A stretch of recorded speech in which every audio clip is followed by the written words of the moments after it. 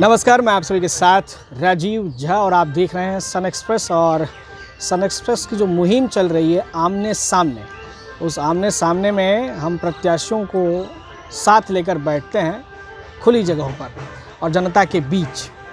तो आज इस आमने सामने के इस एपिसोड में हमारे साथ मौजूद हैं सिलीगुड़ी क्षेत्र से तृणमूल कांग्रेस के प्रत्याशी प्रोफेसर ओम प्रकाश मिश्र जी।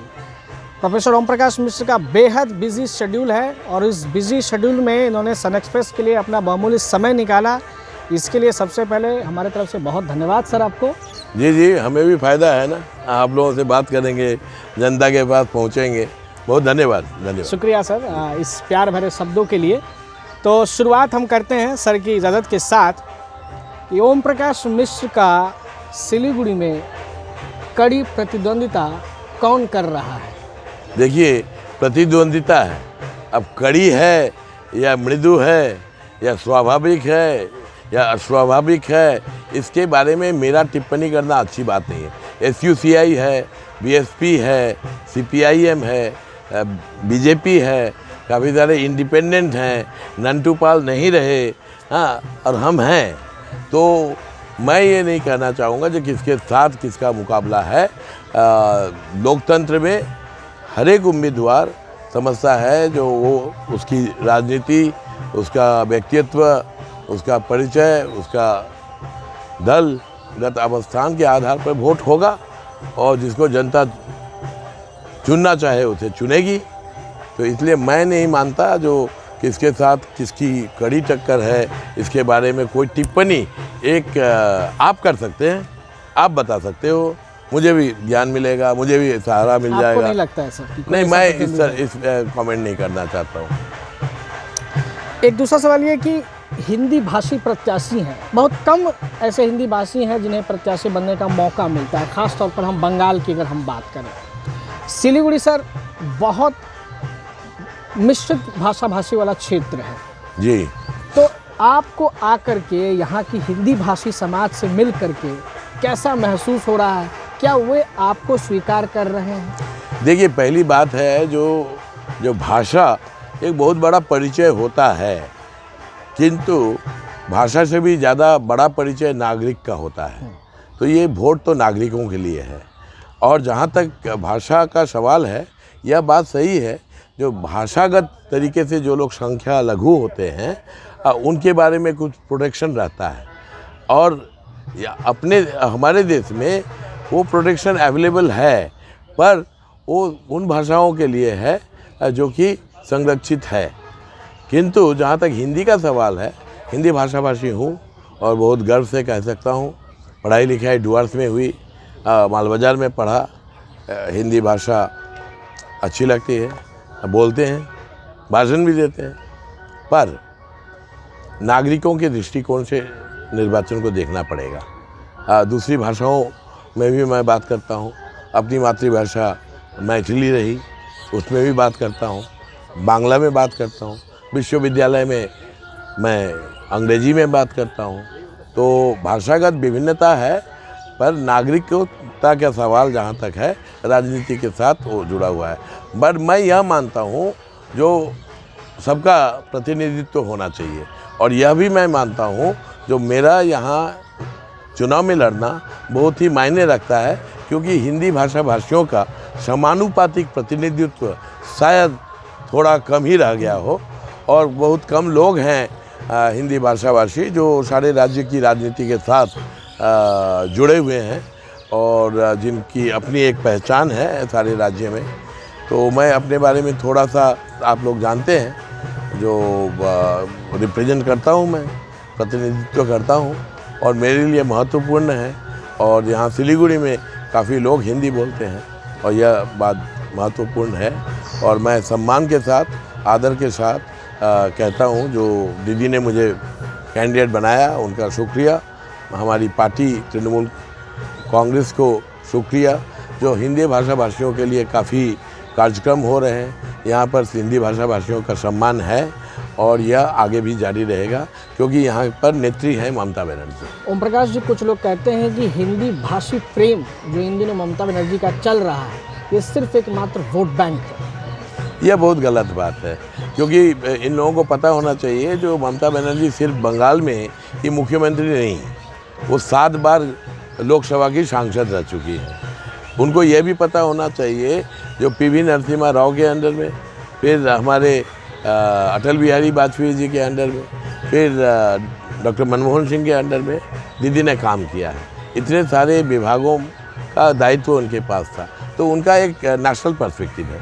वो रेलवे की मिनिस्टर रह चुकी है और आज तो पूरा देश का पूरा विपक्ष चाहता है जो दीदी सामने आए। बंगाल चुनाव निपटने के बाद सारा देश उनकी ओर देख रहा है, तो हिंदी की तो ज़रूरत है, हिंदी महत्वपूर्ण है और ये वोट बैंक बिल्कुल भी नहीं है। और यदि ये वोट बैंक के दृष्टिकोण से देखा जाता तो वो गलत होता। हिंदी भाषा भाषी बंगाल के अभिन्न हिस्सा है।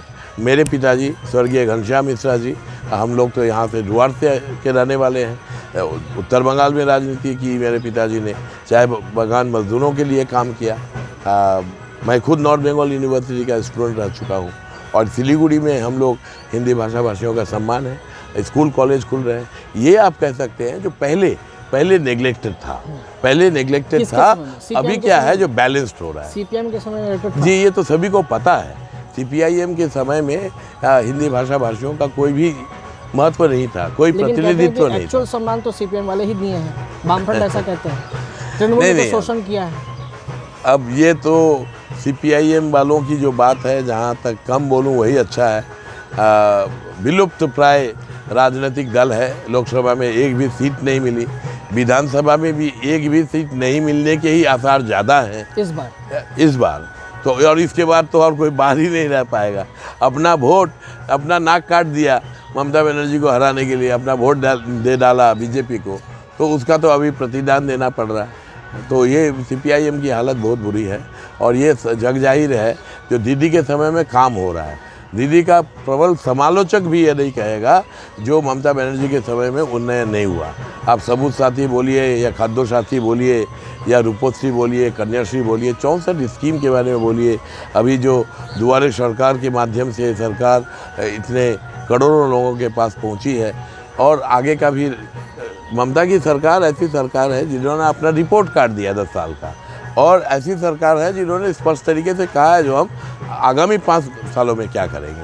तो इस तरह का जिनका रिकॉर्ड है वो मैं समझता हूँ जो काबिल तारीफ़ है। और मैं इस पार्टी का हिस्सा हूँ और हमारे कोर कमेटी का सदस्य हूँ, पार्टी का प्रवक्ता भी हूँ। तो इसलिए मैं मानता हूँ जो हिंदी भाषा भाषियों का सम्मान है और यह सम्मान बरकरार रहेगा ममता बनर्जी का जब तक यहाँ पर शासन रहेगा। और मुझे लगता है जो इस बारे में कोई दो राय या दो मत नहीं हो सकते। ओम प्रकाश मिश्रा जी, आपके चुनावी अभियान में पहले से तेजी आई है। पहले जो आप सिलीगुड़ी पहुँचे उस समय के चुनावी कैंपेन और अभी जो चुनावी कैंपेन चल रही है उसमें ज़मीन आसमान का फ़र्क सबको नज़र आ रहा है। नहीं तो अब जग जाहिर है, मैं यहाँ पर दीदी के साथ आया, ममता बनर्जी ने मुझे यहाँ लाया सिलीगुड़ी में। मैं तो जलपाईगुड़ी का प्रभारी था, मैं तो डुअर्स का रहने वाला था, सारी सीटें तो रिजर्व्ड है। दीदी ने ये ठीक किया जो सिलीगुड़ी मेरे लिए सूट करेगा, उन्होंने मुझे यहाँ प्रतिनिधि बनाया। तो 6 मार्च को मैं उनके साथ आया। उनका पहला कार्यक्रम जब तृणमूल का लिस्ट जाहिर हुआ तो वो मेरे समर्थन में, एक तरह से देख सकते हैं आप, वो बड़ा कार्यक्रम था, हमारे राज्यव्यापी कार्यक्रम था, पर यहाँ सिलीगुड़ी में था और मैं था, तो बहुत बड़ी बात है मेरे लिए। और दूसरी बड़ी बात यह है जो दीदी का प्यार और सम्मान है, एक साथ हम लोग काम कर रहे हैं, उनके नेतृत्व में काम कर रहे हैं। आगामी दिनों में इस काम में गति आएगी।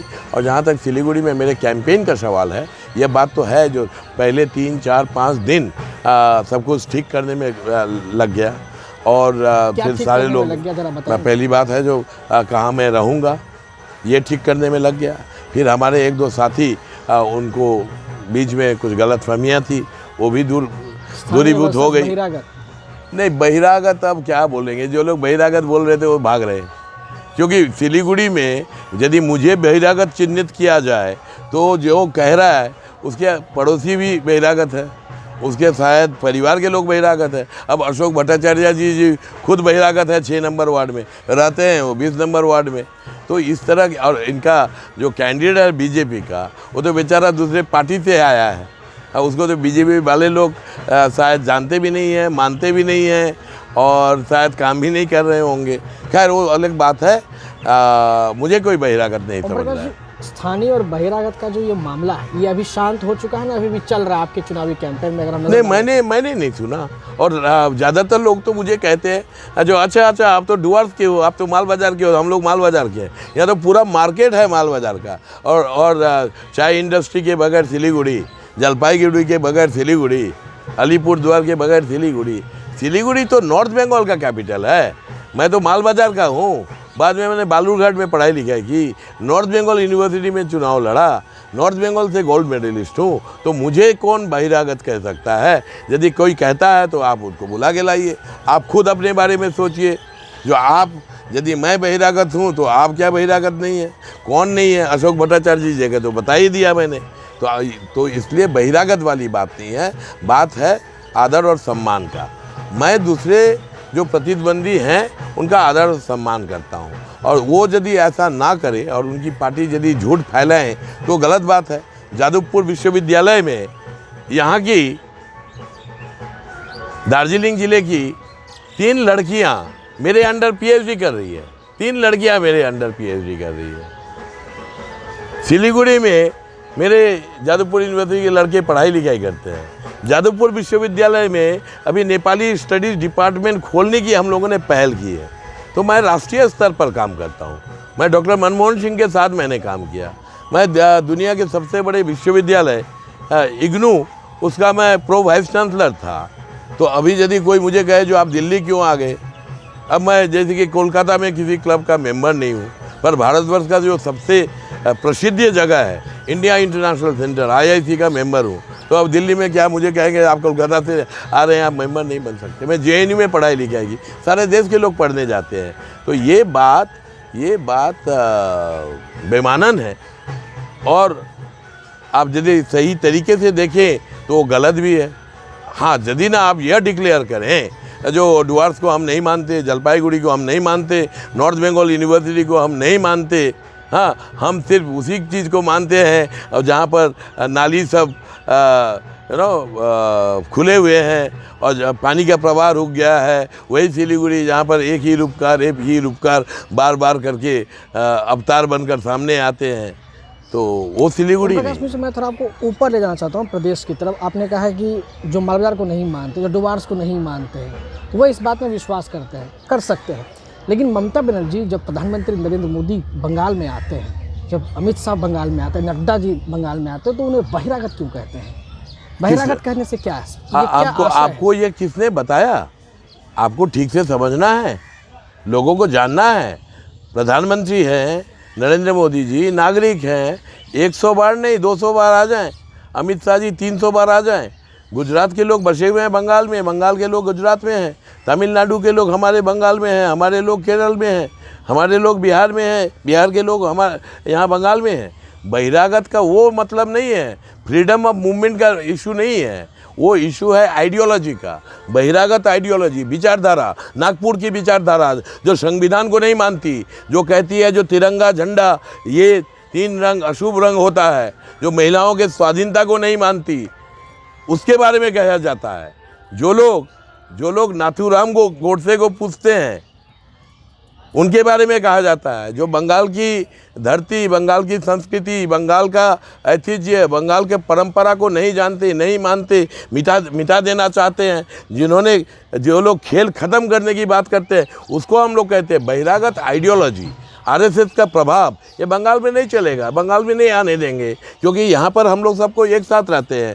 यहाँ शांति है, यहाँ सुकून है, यहाँ प्रगति की लहर भी है, उन्नयन है, क्योंकि ममता में ही सरकार है। कहाँ आपका दिल्ली, कहाँ आपका महाराष्ट्र, कहाँ आपका चेन्नई, आपका बेंगलोर, सूरत, पुणे, ठाणे। आज के दिन हमारे लोग, बिहार के लोग, उत्तर प्रदेश के लोग, बंगाल के लोग, उड़ीसा के लोग, मध्य प्रदेश के लोग जब लॉकडाउन हुआ तो भागने पर मजबूर हुए। सैकड़ों किलोमीटर, माइल पैदल चले। एक भी उदाहरण दिखा दीजिए जो एक भी बिहार का आदमी, एक भी उत्तर प्रदेश का आदमी वो चला गया यहाँ से, बंगाल से लॉकडाउन के समय में। श्रीरामपुर से नहीं गया, हावड़ा से नहीं गया, हुगली से नहीं गया, हमारे सिलीगुड़ी से नहीं गया, हमारे रायगंज से नहीं गया, हमारे कोलकाता से नहीं गया। तो इसका क्या मतलब है? जो हमारी जो धरती है, हमारा जो बंगाल है, यहाँ सबके लिए जगह है। पर यह बात जब प्रधानमंत्री बोलते हैं गुजरात अस्मिता, वो क्या बोलना चाहते हैं? गुजरात अस्मिता वो बोले, वो चुनाव लड़े तो वाहवाही, और हमारी दीदी और हम यदि कहते हैं जय बांग्ला तो आप नाराज़ हो जाते हैं। आप जब हम कहते हैं खेला होवे, हम कहते हैं प्रतियोगिता होगा, हम कहते हैं सहयोगिता होगा, तो आपको बुरा लग जाता है। आप खेल ख़त्म करने की बात करते हैं, आप काम तमाम करने की बात करते हैं। तो आपका जो रवैया है, आपकी जो सोच है, आपकी जो विचारधारा है, वो बंगाल के संस्कृति से, बंगाल की हमारी परंपरा से नहीं होता है। इसलिए हम लोग कहते हैं बहिरागत आइडियोलॉजी नहीं चाहिए। बाहर के लोग यहाँ की पॉलिटिकल पार्टियों का संचालन कर रहे हैं, देख नहीं रहे हैं। सीपीएम के वोट से पला है, पनपा है। अब सीपीएम का कैंडिडेट लेके बढ़ रहा है ये बीजेपी। तो इसके बारे में आपको सोचना चाहिए। बीजेपी वही पार्टी है ना। भाजपा का आप नाम ले रहे हैं, भाजपा तो कहते हैं कि बंगाल की संस्कृति और सभ्यता को कोई बचा सकता है तो वह भाजपा है। तृणमूल इसे नष्ट कर रही है। सोनार बांग्ला कॉन्सेप्ट की बात कर रहे हैं। इतनी गंदी और इतनी भद्दी भाषा मैं कहूँगा या सोच बीजेपी को है। और इसीलिए उनके जो राष्ट्रीय सभापति हैं नड्डा जी कहते हैं बंगाल की संस्कृति को बचाना है। ये ममता जी भूलिए मत, ये विवेकानंद ठाकुर की धरोहर है। यानी कि कौन विवेकानंद जी है, कौन रविन्द्रनाथ ठाकुर है, ये नहीं पता है इनको। ये लोग कहते हैं जो रविन्द्रनाथ ठाकुर का जन्म विश्व भारती में हुआ, तो इनके सब कुछ जग जाहिर है। लोग मजाक करते हैं बीजेपी के बारे में। ये बंगाल की संस्कृति को बचाएंगे, इनका एक चेहरा नहीं है। They don't have a single person to be nominated as the chief minister. कौन चेहरा है, कौन है, कौन वो राजनीतिक व्यक्तित्व है? अरे आपको इंतजार करना पड़ता है जब कब दूसरी पार्टियां अपना लिस्ट तैयार करेगी, उसके बाद जो लोग हैं उन लोगों से लगेंगे। अब देखिए ना सिलीगुड़ी में देखिए सीपीएम ए, सीपीएम बी, पहले वोट दिया, तन दिया, मन दिया। और मैंने सुना ये सीपीएम वालों ने दिया तन और मन दिया। अब बीजेपी वालों को भी तो कुछ देना था, उन्होंने धन दिया। तो ये बीजेपी और सीपीएम का आपसी का मामला है, उनका वोट का है, वोट परसेंटेज। तृणमूल एक ऐसी पार्टी है जिसका वोट परसेंटेज लास्ट 20 साल में हमेशा बढ़ा है। जब लोकसभा में भी तुलनात्मक हमारा रिजल्ट अच्छा नहीं रहा, हमें सिर्फ 22 सीट मिले, जबकि बीजेपी को 18 सीट मिल गए। फिर भी आप देखिए हमारा वोट परसेंटेज 2014 के मुकाबले अच्छा रहा। और बीजेपी की हालत देखिए। खैर मैं तो बीजेपी का भला समझता हूँ। उनको 3 सीट मिला था, 3 मिला था ना, 294 में तो 3 मिला था। मैं तो इस बार कहता हूँ 5 गुना मिल जाएगा, 6 गुना मिल जाएगा, शायद 7 गुना मिल जाए, 8 गुना मिल जाए। 24, 25, 27 सीट इनको मिलने वाला है। तो बीजेपी बड़े पार्टी के रूप में उभर रही है बहुत साल के बाद। इनका ना ग्राफ काफ़ी उतरता चढ़ता है। 1991 में इनको 11% वोट मिला था, उसके बाद गिर गए। फिर 2014 में 17% वोट मिला था, 2016 में गिर गए। 2018 में इनको 40% वोट मिला था और बाई इलेक्शन में डूब गए। अब देखिए 2021 में क्या होता है। 19 के अगर लोकसभा चुनाव की अगर हम बात करें तो उसके बाद बंगाल में आपको नहीं लगता कि भाजपा की लहर आई है? तो मुझे तो लगता है जो लहर आई थी, वोटों में लहर आई थी और सीपीएम ने वोट दिया था। और उसके बाद आप भूल रहे हैं कालियागंज का नाम, आप भूल रहे हैं खड़गपुर का नाम। कालियागंज में 57,000 का लीड था और वो लीड तो आपका समझ गया। वहाँ पर बाई इलेक्शन में लोकसभा के बाद आपको तृणमूल जीत गई। खड़गपुर में जो कि एमएलए थे स्वयं दिलीप घोष, 47,000 वोट का लीड था और वहाँ पर वो लीड खत्म हो गया, 20,000 में तृणमूल जीत गई। और करीमपुर तो खैर तृणमूल का ही था। तो मैं इसको बोलता हूँ, मैंने ही कॉइन किया है K3 factor in West Bengal politics. आप लोकसभा देखते हैं, मैं बाई इलेक्शन देखता हूँ, उसके बाद तो कोई इलेक्शन हुआ नहीं है। अब आमने सामने है, हम कह रहे हैं खेला होवे, और वो लोग ढूंढ रहे हैं जो किसको कैंडिडेट बनवाया जाए। तो हम लोगों को तो ये सब परेशानी नहीं है ना। हमारे यहाँ तो कैंडिडेट ज़्यादा है, ज़्यादा योग्य व्यक्ति हैं, ज़्यादा कंपटीशन है। अब बीजेपी वालों का दिक्कत हो रहा है, दूसरे जगहों से कैंडिडेट लाना पड़ रहा है, ये सब हो रहा है। ये उनका आपसी मामला है। CPM के साथ उनका वोट आदान प्रदान ये सब चलेगा। CPM वाले उनको कहते हैं हमने आपको वोट दिया, आपने हमें नोट दिया, अब आप हमें थोड़ा वोट वापस करें। हाँ, तो अब वो अशोक भट्टाचार्य जी ने अपना नाक काट लिया, बीजेपी को वोट दे दिया। अब अशोक भट्टाचार्य जी बड़े परेशान, मैंने सुना है बड़े परेशान हैं। मैं तो बड़ा खुश हूँ, मेरा कैंपेन तो पिक कर रहा है। जहाँ जा रहे हैं अच्छी ताकत में लोग आ रहे हैं और कोई बागी बचा नहीं, कोई रहा नहीं, कारवा बढ़ रहा है, तृणमूल जीत रही है। सारे बंगाल में ममता बनर्जी जीतेगी, सिलीगुड़ी में भी अच्छा रिजल्ट होने वाला है। हमारे तो बल्ले बल्ले चल रहे हैं। क्रिकेट भी खेला, अच्छा बल्ला ये कर रहा हूँ मैं, आज बल्लेबाजी कर रहा हूँ। चरण के लिए मतदान संपन्न हुआ। छिटपुट हिंसा की घटनाएं हुई हैं, इसके लिए जिम्मेदार किसे मानते हैं? नहीं, वो तो अमित शाह जिम्मेदारी ले। केंद्रीय सरकार के डिरेक्शन में भी काफ़ी कुछ हो रहा है। इलेक्शन कमीशन 324 के अंडर में क्या व्यवस्था लेती है, राज्य प्रशासन का तो कोई हाथ है नहीं। आप ही लोगों ने तो कहा था ना, जो मॉडल कोड ऑफ कॉन्डक्ट हो जाएगा तो बदला लेंगे। आप ही लोगों ने कहा था जो हम लोग हिंसा का वातावरण तैयार करेंगे। तो ये सब तो बीजेपी का जो मामला है वो सामने आ रहा है। इलेक्शन कमीशन को जिम्मेदारी लेनी पड़ेगी, ये उनका दायित्व बनता है। जब प्रशासन सामान्य हालत में होता है तो सरकार की जिम्मेदारी होती है। अभी तो आपको इलेक्शन कमीशन की जिम्मेदारी है, सेंट्रल सिक्योरिटी फोर्स की जिम्मेदारी है, इनडायरेक्टली अमित शाह की जिम्मेदारी है। तो खैर अमित शाह तो बहुत ही बुरे होम मिनिस्टर हैं, वो तो खाली वोट करके घूमते फिरते हैं। बिहार में वो कह रहे थे इतना सीट मिलेगा, नहीं मिला। हरियाणा में बता रहे थे काफ़ी जीत होगी, नहीं हुआ। दिल्ली में बोल रहे थे 45 सीट मिलेगा, जाके वहाँ 8 सीट मिला। तो हालत बीजेपी की खराब है। तो हर्ष वही यहीं भी होने वाला है, यहाँ वही होने वाला है। मैंने तो कहा जब बीजेपी का रिजल्ट अच्छा होगा, 3 गुना 7 गुना 3 8 गुना 3 आंकड़े तो 200 प्लस के हैं। हाँ, आंकड़े तो 200 प्लस के बता रही है। हाँ, तो उसमें ब्रैकेट में लिखना पड़ेगा ना जो अमित शाह ने ये आंकड़ा दिया है, तभी लोग समझ जाएंगे। आप लिख दीजिए बीजेपी 200 पार कर जाएगी, अमित शाह जी ने कहा, तो लोग समझ जाएंगे जो कितना मिलेगा। सिलीगुड़ी के लिए आपके जहन में क्या विज़न है? देखिए 3 बातें हैं। एक तो बात है जो सिलीगुड़ी आपका सपनों का नगर, भविष्य नगरी, संभावना क्षेत्र, बिजनेस, कमर्शियल हब, सेंटर, इसके हिसाब से देखें। दूसरी ओर आप इसको देखें, हमारा नॉर्थ ईस्ट के लिए प्रवेश द्वार है, हमारे नेपाल और भूटान के लिए यहाँ से ओपनिंग है, हमारे पूरे हिंटरलैंड है, हमारे पास उत्तर बंगाल है, हमारे पास डुअर्स है, जलपाईगुड़ी का विस्तीर्ण इलाका है। तो सिलीगुड़ी केंद्र है। इस हिसाब से देखें तो इसका वर्तमान महत्व, किंतु इसको संभावना के नज़र से देखेंगे तो आप उत्तर पूर्व भारत के साथ जोड़िए, इसको दक्षिण पूर्व एशिया में प्रोजेक्शन दीजिए। तो ये एक दूसरा क्षेत्र है। और भी एक तरीका है देखने का, वो है चिकन नेक, यानी कि सिलीगुड़ी कॉरिडोर, जो कि बहुत ही मसरीन है और जो कि काफ़ी डेंजरस हो सकती है राष्ट्रीय सुरक्षा के संदर्भ में। और इसलिए इसका काफ़ी ज़्यादा महत्व है सिलीगुड़ी कॉरिडोर, या जिसको चिकन नेक कहते हैं। तो नेशनल सिक्योरिटी और डिफेंस का एक दिख है, और एक दिख है म्यूनिसिपल एस्पेक्ट से। और वो म्यूनिसिपल एस्पेक्ट बहुत सताता है, सभी को सता रहा है। 4 नंबर वार्ड में जाइए, 1 नंबर में जाइए, 5 नंबर में जाइए, 46 नंबर में जाइए, बुनियादी सुविधाएँ नहीं हैं, हिंदी स्कूल भी नहीं है पर्याप्त। और ये जो ओपन ड्रेन है, ये ओपन ड्रेन के लिए कौन जिम्मेदार है? कौन म्यूनिसिपैलिटी चला रहा था?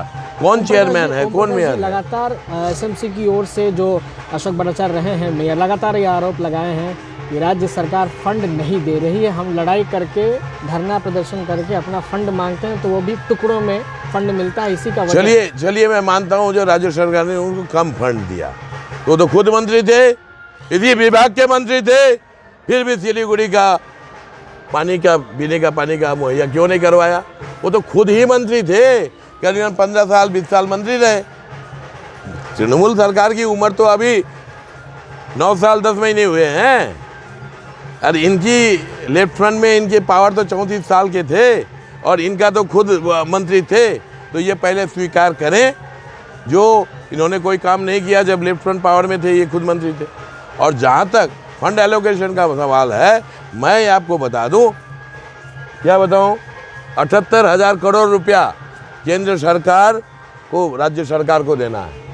अशोक भट्टाचार्य ये लोग अपने बीजेपी के दोस्तों को बोले, बीजेपी वाले लोग निर्मला सीतारमन की को बोले, मेरी दोस्त रह चुके हैं जेएनयू में, चिट्ठियाँ तो लिखते रहते हैं तो चिट्ठियाँ ही लिखेंगे उनको। अब लोग कहते हैं खैर कहते हैं जो बांग्ला में रैशनलाइज करते हैं, बहाना बनाते हैं, वजूहात भट्टाचार्य।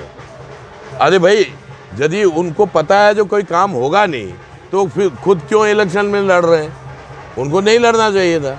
उनके पार्टी में भी विद्रोह हो गया या शायद उन्हीं की मिली भगत से बीजेपी को कैंडिडेट भी मिल गया, जो CPM A नहीं तो CPM B वाला मामला हो गया। तो ये तो उनका अजूहात है, उनका बहाना है, और ये बहाना जग जाहिर है। वो क्यों इलेक्शन में लड़ रहे हैं? वो यदि इतने ही बड़े फेलियर हैं कि ही शुड नॉट कंटिन्यू। उन्होंने तो अपोज किया था बोर्ड ऑफ एडमिनिस्ट्रेशन का, तो उसके फिर खुद चेयरमैन बन गए। सत्ता तो सिलीगुड़ी का जो कॉरपोरेशन है तो सत्ता तो उनके हाथ में है, तो ब्लेम किसी को दे, सत्ता आपके पास और ब्लेम किसी और के पास, ये तो नहीं चलेगा बाबा। ओम प्रकाश जी, तृणमूल से सिलीगुड़ी की अगर मैं बात करूँ तो कुछ एक लोग भाजपा में गए हैं, उसमें कई नाम हैं, नंटू पाल, दीपक शील, ज्योत्सना अग्रवाल, कई सारे युवा कार्यकर्ता भी गए हैं। आपको लगता है कि इनके जाने से फर्क पड़ेगा आपको? ये काफ़ी दिनों से इनएक्टिव रहे हैं, और नंटू पाल जी के बारे में और बहुत बोल चुका हूँ, बोलूँगा नहीं। वो तो भाजपा के सदस्य हो गए, जो लोग भाजपा गए हैं अच्छी बात है। अभी भाजपा के लोग इधर आ रहे हैं, मैं तो अभी उन्हीं से मीटिंग करके आ रहा हूँ, इसलिए आपका प्रोग्राम अभी लेट हो गया। ये वो लोग भी आने को उद्ग्रीव है, पर ओम प्रकाश मिश्रा बहुत सोच समझ के काम करते हैं, तो इसलिए जो लोग आना चाहते हैं वो बगैर शर्त के आएंगे। नंटू पाल लोग तो शर्त आरोपित करके गए होंगे बीजेपी का। बीजेपी सब कुछ मान लेती है, उसके पास पैसा है, उसके पास वैभव है, और उसके पास चालाकी है, मीडिया के ऊपर कंट्रोल है, तो ये सब तो तृणमूल में नहीं चलेगा। सिलीगुड़ी से जीत के लिए कितने आश्वस्त हैं? तो सब कोई कह रहे हैं मैं जीत रहा हूँ, अच्छी तरह से जीत रहा हूँ, काफ़ी लहर है, कैंपेनिंग अच्छी हो रही है, सब वर्ग का साथ मिल रहा है, और ममता बनर्जी के नाम पर जयध्वनि दे रहे हैं लोग। पूरा बंगाल में है दरकार ममता की सरकार। मैं जब भी नारा लगाता हूँ बंगाल में है दरकार, लोग कहते हैं ममता की सरकार। जब बांग्ला में नारा लगाते हैं बांग्ला है दरकार, पूछने की बात ही नहीं, बोलते हैं ममता सरकार। तो यहाँ तो प्रो इनकम्बेंसी है, कोई एंटी इनकम्बेंसी तो है ही नहीं। मुझे तो कहीं दिखाई नहीं दे रहा है, लोग भी नहीं कह रहे, कोई भी नहीं कह रहा है जो कोई एंटी इनकम्बेंसी है। ममता बनर्जी के जो धुर समालोचक हैं वो भी कहते हैं दीदी ने काम तो किया, किंतु कुछ लोग किंतु में अटके हुए हैं। हम लोग आगे बढ़ रहे हैं, दीदी आगे बढ़ रही है, तृणमूल आगे बढ़ रही है। अभी 2 मई को ममता एक से दौड़ेगी, 10:30 बजे, 11:15 बजे नदिया में जीत रही है तृणमूल। उत्तर 24 परगना में आगे आ गई, सिलीगुड़ी में बढ़त बनाए रखे हुए हैं, ये सब चलेगा। ओम प्रकाश जी, कोई और एक्सप्रेस में दौड़ गया तो? हाँ, कोई और एक्सप्रेस में, ये तो हाइपोथेटिकल क्वेश्चन है आपका। मेरा जो विश्वास है मैंने व्यक्त किया, आपका जो संदेह है वो आप व्यक्त कर सकते हैं, पर आपका संदेह बहुत ज़्यादा मायने इसलिए नहीं रखता है क्योंकि उसमें धरातल है नहीं। हाँ, तो यहाँ तो तृणमूल की सरकार बननी है, वो तो पक्की है, और ममता एक्सप्रेस इसीलिए दौड़ेगी, और उसमें सिलीगुड़ी का भी रिजर्व सीट रहेगा। तो अंतिम तौर पर अपनी जनता से, सिलीगुड़ी की जनता से क्या कहना चाहेंगे? नहीं, मैं जनता से ये कहना चाहता हूँ कि एक तृणमूल कांग्रेस की सरकार बंगाल के लिए अच्छी है, हम लोगों के लिए अच्छी है, और हम लोग सबको यहाँ पर खुश हैं, सुकून है, उन्नति भी है, उन्नयन है, प्रगति है। यहाँ भेदभाव नहीं है, यहाँ भाषा और धर्म को लेकर परेशानियाँ नहीं है, यहाँ किसी मजहब से बैर करना, घृणा करना नहीं सिखाया जाता है। और ममता बनर्जी ने जितने काम किए हैं उन कामों को आगे रखेंगे। हमने अपना रिकॉर्ड सामने रखा, हम अपना प्रपोजल सामने रखें नेक्स्ट 5 ईयर्स का, और सिलीगुड़ी में काम होगा, धड़ल्ले से काम होगा। ओम प्रकाश मिश्रा यहाँ आए हैं, मैं डुअर्स का बेटा हूँ, उत्तर बंगाल का मानुष हूँ, यहीं रहने का संकल्प है, निश्चय है, दीदी का प्रत्याशी हूँ, समर्थन दें, बातें आगे बढ़ेगी, सिलीगुड़ी आगे बढ़ेगा, राज्य आगे बढ़ेगा। हम सब कोई मिलकर एक साथ अच्छा सिलीगुड़ी, अच्छा नॉर्थ बंगाल, अच्छा पश्चिम बंगाल और अच्छा भारत बनाएंगे। बहुत बहुत धन्यवाद हमसे बातचीत करने के लिए। इसी तरह की तमाम मुलाकातों के लिए आप लगातार बने रहिए सन एक्सप्रेस के साथ। धन्यवाद।